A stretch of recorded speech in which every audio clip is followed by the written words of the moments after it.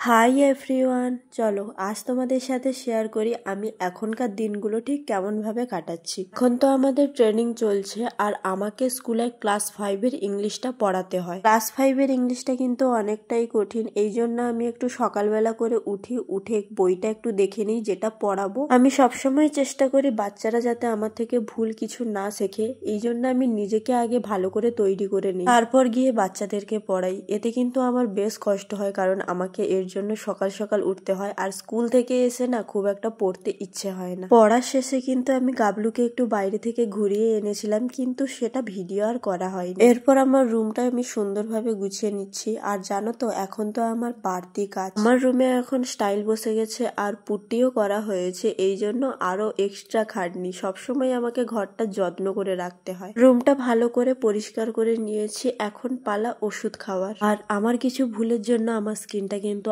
আবার খারাপ হতে শুরু করেছে। কিছুদিন আগেই আমার বাড়িতে মাটন হয়েছিল, সেই মাটনের এতটাই অ্যাকশন ছিল যে আমার গায়ে আবার চুলকুনি হওয়া শুরু হয়ে গেছে। আমি এখন থেকে ডিসাইড করেছি আমি মাটন, ডিম, কাঁকড়া, চিংড়ি মাছ এই সমস্ত কিছু আর খাবোই না। চলো দেখি কতটা নিজেকে নিয়ন্ত্রণ করা যায়। আর হ্যাঁ, কিছুদিন আগে আমি এই স্মার্ট ওয়াচটা কিনেছি, তোমাদেরকে তো দেখানোই হয়নি। আর কিছুদিন পর 15 তারিখে আমার জন্মদিন, আর এই স্মার্ট ওয়াচটা আমি নিজের গিফটে পেয়েছি একজন স্পেশাল মানুষের কাছ থেকে। আর এখন তো আমি রেডি হচ্ছি কলেজে যাওয়ার জন্য। দেখো তো আমাকে কেমন লাগছে। আমার সাথে সাথে আজ মাও রেডি হচ্ছে, কারণ মা আজ মেদিনীপুরে যাবে। দিদা মারা যাওয়ার পর এখনো কিছু কাজ করা বাকি রয়ে গেছে, এই জন্য মা আবার যাচ্ছে। তবে এখন ঘরের কাজ একদমই শেষ হয়ে গেছে, এই জন্য শান্তিতে আমি স্কুলে গিয়ে পড়াতে পারবো। বাপি তো ঘরে থাকবে, এই জন্য গাবলুকে বাপির কাছেই রেখে যাব। যেহেতু বাইরের কোনো আর কাজ নেই, এই জন্য গাবলুর খাওয়া দাওয়ার ব্যাপারে একদম চিন্তা নেই। যাই হোক, আমি রেডি।